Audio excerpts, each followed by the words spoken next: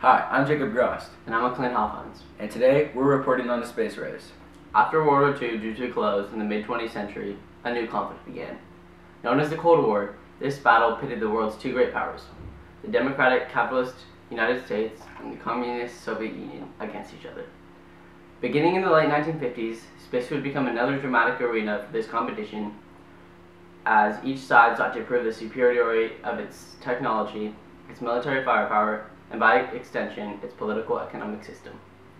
On this episode, we will discuss how the space race became a contributing cause of the Cold War and the social science perspectives that are most suitable for the time period of competition.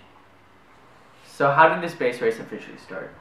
On October 4th, 1957, the space age officially began when the Soviets lofted an 183-pound shiny sphere from their Baikonur Cosmodrome in Central Asia. Sputnik, which took its name from the Russian word for fellow traveler, went into a 98-minute orbit around the Earth. It was an aluminum sphere, 23 inches in diameter, weighing 184 pounds. The satellite was a radio transmitter sending out a harmless beep, beep, beep signal merely to declare its existence. Nevertheless, Sputnik struck fear into the hearts of the Cold War Americans, who realized that the Soviets could just as well have lofted a nuclear-tipped missile to North America. It continued into orbit around the Earth until January 4th, 1958. President Dwight D. Eisenhower downplayed the imminent threat, but at the same time took steps to close what the critics called the missile gap. Later that year, the National Aeronautics and Space Administration was created to coordinate America's space efforts. The space race truly became a two-sided contest. On May 15, 1963, Gordon Cooper spends 34 hours in space. He is the last American to fly in space alone. The next month, on June 16, 1963, cosmonaut Valencia Tereshkov becomes the first woman in space. On November 22, 1963, JFK is assassinated. On March 18, 1965, the Soviet Alexei Leonov performs the first spacewalk. On June 3, 1965, Ed White performs America's first spacewalk, just 3 months after Lenova. On November 16, 1965, Venus 3 is launched by the Soviets. It becomes the first man-made object to impact Venus on March 1, 1966. On March 27, 1968, cosmonaut Yuri Gagarin, the first man in space, dies in a plane crash. On December 21, 1968, Franklin Borman, James Lovell, and William Anders begin the first manned journey from the Earth to the Moon. On Christmas Eve, they take turns reading Genesis in a broadcast heard around the world. On July 20, 1969, Neil Armstrong and Edwin Buzz Aldrin become the first men to walk on the Moon. It is filmed and watched by millions of people all around the world. With the U.S. being first to reach the Moon, the space race officially ends.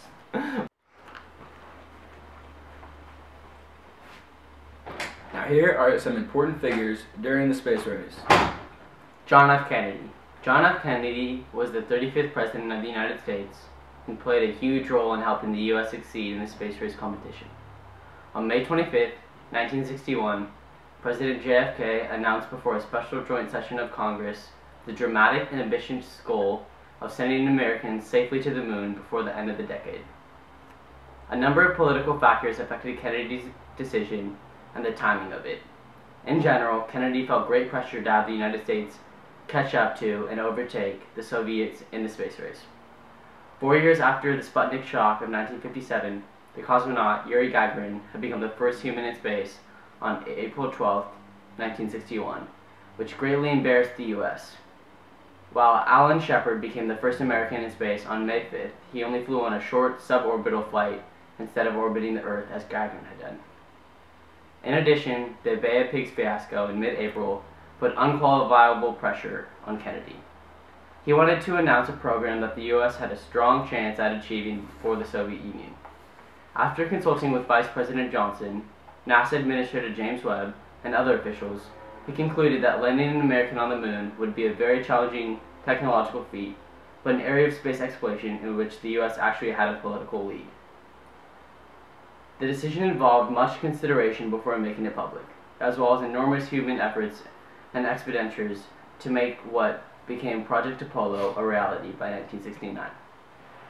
NASA's overall human spaceflight efforts were guided by Kennedy's speech and Projects Mercury, Gemini, and Apollo, which were designed to execute Kennedy's goal. His goal was achieved on July 20th, 1969, when Apollo 11 commander Neil Armstrong stepped off the lunar module's ladder and onto the moon's surface. Now here's a biography on Neil Armstrong, the first man to walk on the moon. Neil A. Armstrong, the first man to walk the moon, was born in Wapakoneta, Ohio, on August 5th, 1930. He began his NASA career in Ohio. After serving as a naval aviator from 1949 to 1952, Armstrong joined the National Advisory Committee for Aeronautics, the NACA, in 1955.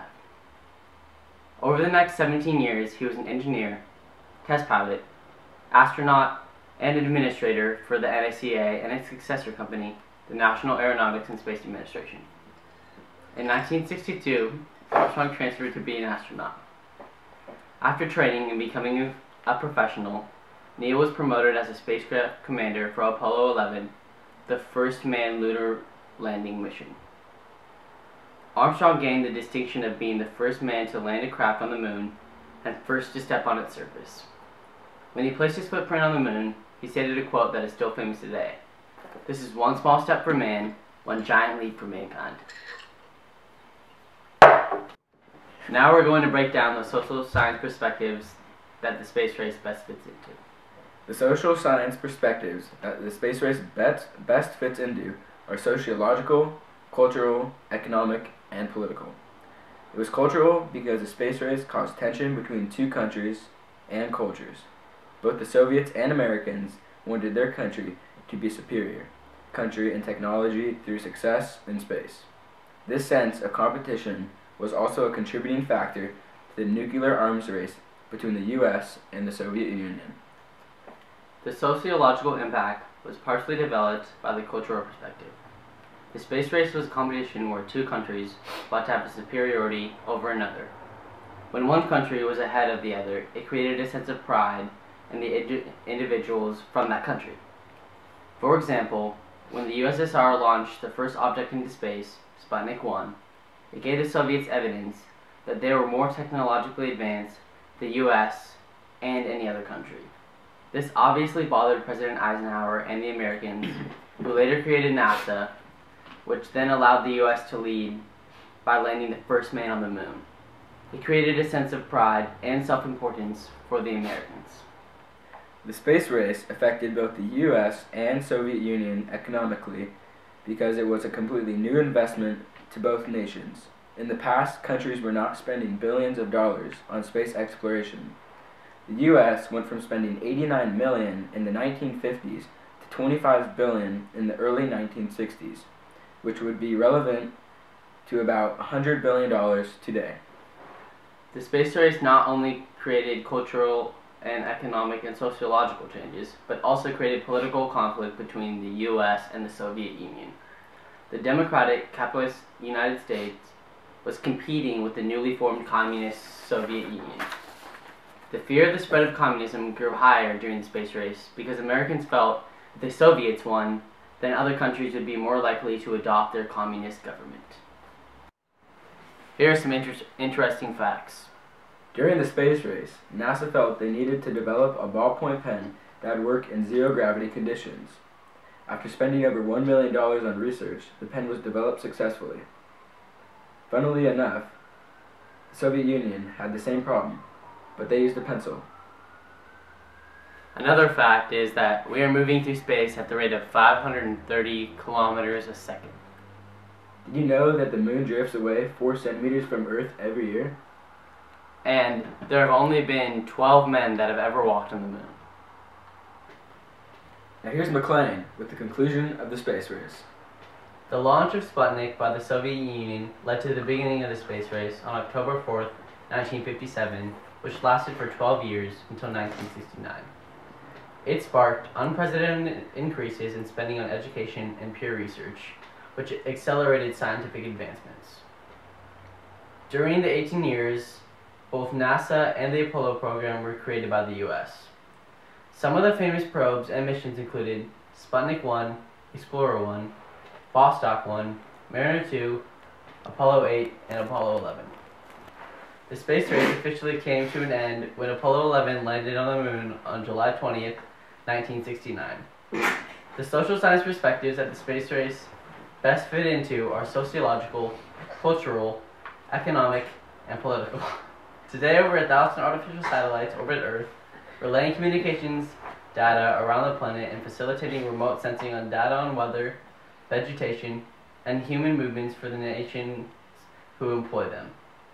In addition, much of the microtechnology that fuels today's activities, from timekeeping to enjoying music, derives from the research initially driven by the space race.